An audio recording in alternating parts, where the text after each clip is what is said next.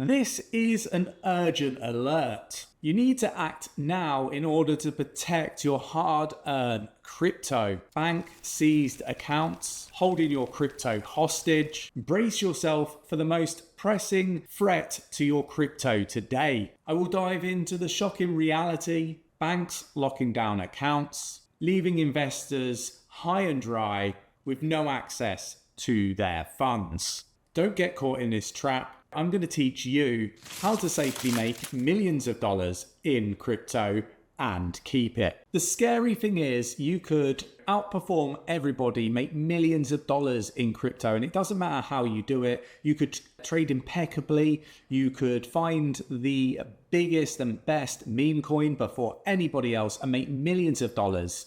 You could do all of this without being scammed and still lose all of the gains and money that you've invested in crypto. And this is something that is really, really scary. Now, I want to talk about the biggest risk that no one is talking about or highlighting at the moment. And I've already done a video on this, which was really just me digesting what had just happened.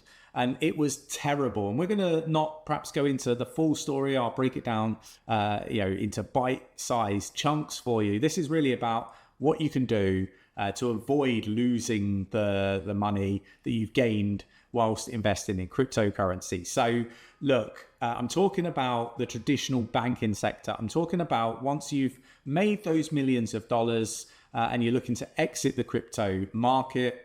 How do you do that, and how do you do it safely? So I want to talk a little bit, first of all, about what the problem is. I was debanked by Santander in the UK. I was debanked because I was investing in cryptocurrency between 2020 and 2022. They noticed that I had onboarded between 13 and 18,000 pounds sterling to Coinbase between 2020 and 2022. Now, I got a phone call, and this is the real short version of this story, right? But look, I got the call from Santander, and obviously don't give any information if somebody calls you from a bank saying they're a bank. They could be fraudulent, but this was actually Santander calling me. Now, Santander were asking lots of questions. They wanted to know about all of the transaction history for my Santander bank account. They wanted me to go through each and every transaction with them, answer all their questions, which I was quite happy to do. They were quoting things like AML, KYC, know your customer, as reasons why they needed this information. Now, I am a law-abiding individual that paid all my taxes. I had nothing to hide, and I still have nothing to hide. So I was quite willing to answer all of those questions. Now, I answered all the questions. They come back a day later saying they wanted all of my Coinbase transactional history. This to me was, a very telling sign that it was really just about the cryptocurrency. They didn't want the information or transactional history of my other bank account that had been moving about 30,000 pounds sterling into that bank account over that same period, which was more than the amount of money that was onboarded onto Coinbase. They weren't interested in that. They weren't interested in my Amazon history. They were only interested in the money coming in and out of Coinbase. Now, I answered all of those questions. There is something that is really interesting law in the UK. The bank can't tell you why you're being investigated. And I got around this by putting a subject access request in, which meant they had to send me all the information they held. And they said on the paperwork that this was, my account was being investigated under financial crimes, which was really, really interesting. So, just I guess another side note to that. Now, they threatened if I didn't give the information over that they would freeze my bank account and I wouldn't be able to access any of the funds, pay any of my bills, and so on. So this is actually what happened. They did debank me. They did freeze the account. They did close the account and, froze all the assets that were in there. So this is really, really scary because you could, in essence, move all of your money out of crypto and into, say, Santander, as the example in this case, and they could just freeze the account and take your money, and there's nothing you can do about it. So this is what I think is the biggest risk going into a bull run, where people are going to see exponential growth in their crypto portfolios. But let me know your thoughts and your opinions in the comments below. Let me know if you've experienced any of these issues with your banks in the comments below. The last video that I did, there was loads of comments on this, and I found it rather interesting. So looking forward to seeing and reading through all of your comments. Now, how can we mitigate this ginormous risk? Well, for me, there's a few things that we can do. We can speak to the bank and let them know that, they should be expecting a large deposit. I think this is one thing of just letting them know that this is about to happen, so they're aware of it.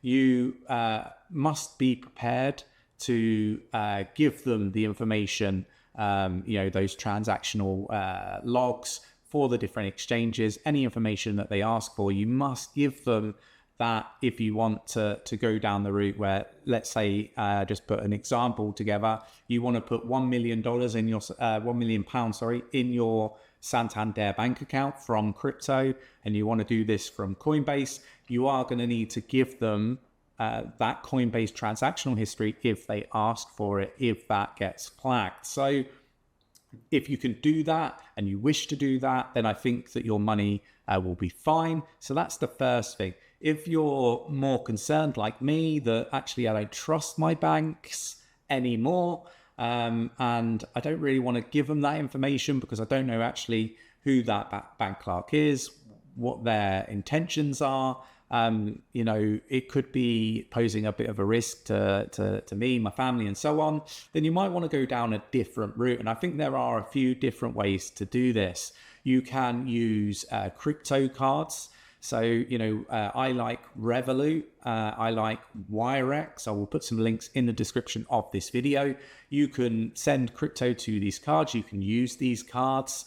You could set up several different accounts and, chunk those payments down to mitigate some of those risks that, sending it to one bank could pose to you. I think this stuff is really, quite crucial. The other thing is to just keep your crypto, or move your crypto, I should say, into stable coins. Now, for me, putting it into stable coins and just spending the money as and when I need to spend it is probably going to be the safest approach. You could use a warm wallet, a cold storage wallet like Ledger, for example. These are wallets that you hold the keys to, you control, and nobody can just take that crypto or those stable coins away from you. That is probably the route that I'm going to go down. The other thing that I've done is I've moved out to sunny Dubai. I've done this because actually I kind of felt like the regulatory body in the UK, the FCA, they weren't doing a good enough job. There was lots of grey areas, when it comes to the rules around investing in cryptocurrency. The traditional banks don't seem like they're on the same page with the UK government. The UK government are telling us that the UK is going to be a crypto hub. The banks are telling us that we're limited on how much money we can put into crypto through the banks. And, now that they can just debank us because actually they just don't like crypto and they're fearful of it. So I've moved to Dubai. This means that I will no longer be a tax citizen in the UK. And what I've done, and so has Nick, is we've sold all of our crypto this financial tax year here in Dubai. We will pay our tax in the UK for the gains made on that crypto. And then we bought it all back moments after. And all of that, potential gain now moving up into the bull run will be tax-free here in the UAE. So look, there's a few things that we can do. We've moved to a more regulatory friendly environment in Dubai. And again, these are all things that we've done that might not be realistic for everybody, but I hope that there was some value from this video in supporting you keep safe on one of the biggest risks, if not the biggest risk in cryptocurrency, preventing you from actually being able to benefit from your fruits, I guess, of investing in cryptocurrency. Let me know your thoughts and opinions in the comments below. Let me know if there's any other types of videos that you'd be interested in seeing. If you enjoyed the video, please do share it. It does support the channel and we really do appreciate it. Hit the like button, subscribe to the YouTube channel, and tap that bell selecting all the notifications so you never miss a video. With all that said, thanks for watching, take care, and I'll catch you in the next one.